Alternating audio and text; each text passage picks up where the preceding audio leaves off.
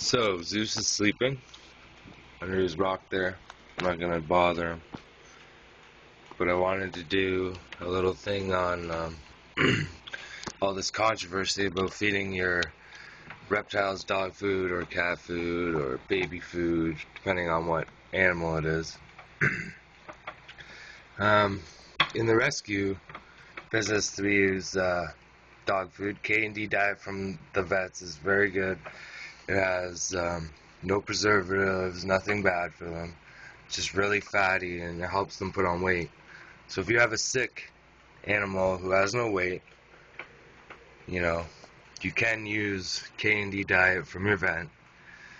But if you have a healthy monitor, you definitely don't want to give it a diet of dog food or cat food. Or if you have like a bearded dragon that's not sick and is eating well, you don't want to give him baby food to get his nutrients. It's just, if you give your sick monitor dog food, you're giving it a crazy amount of kcals to give it weight faster, right? So when its belly fills up on a mouse, it has a quarter of the kcals that it fills up on dog food. It's full of fatty proteins, kcals. It's full of a lot of good things. But you will definitely have an overweight monitor if you feed him dog food on a regular basis. Probably give him liver disease or kidney disease or something along those lines. You don't want to feed your monitor dog food or cat food. Just want to make that clear. But if you have a sick animal and you're not, like if you've never worked for a rescue or never took a wildlife rehabilitation course, or you don't know anything about it, you should definitely consult a vet first, a reptile vet.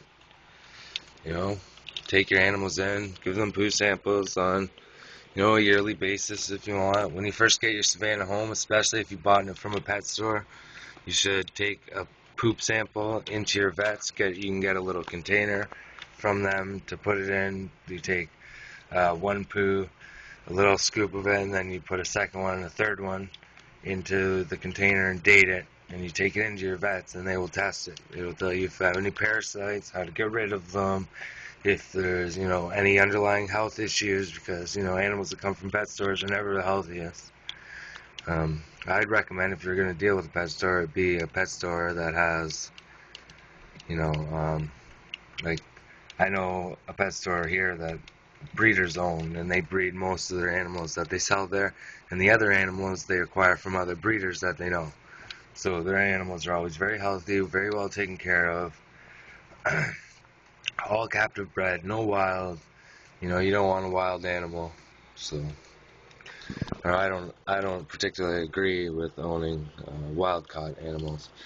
I don't agree with feeding live prey either. Crickets, that's one thing, but live mouse, if it ever took a chunk out of your monitor, got infected from all that shit in their mouth, or bite off a limb, or you don't want that. The poor little monitor would be very upset for a while. Zeus doesn't want to come out today. He already ate, and now he's just relaxing in his hot spot under his rock,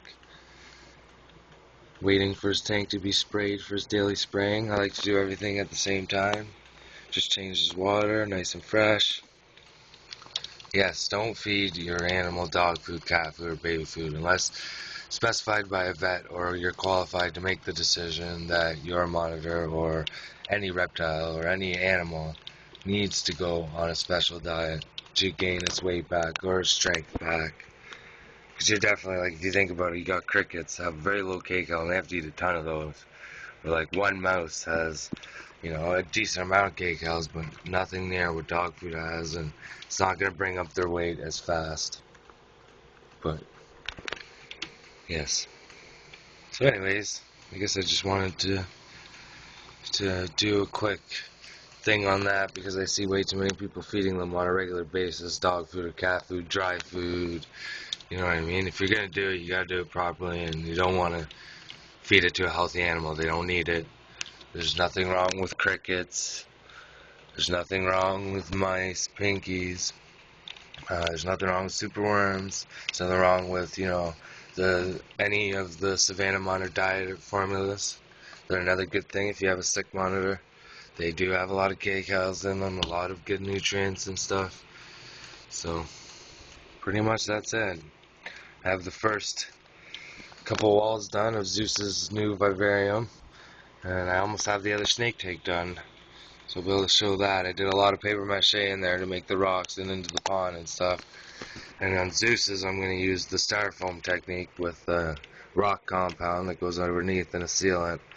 And then use acrylic paints to make it nice coloring. It looks beautiful. And I'm going to build like off and up ramps up to a basking spot, and then a removable pond, but that sits inside a pond, maybe a waterfall coming out of the styrofoam into the pond, into an overflow with a double pump system to keep all the feces and keep the water really clean that comes back out and in.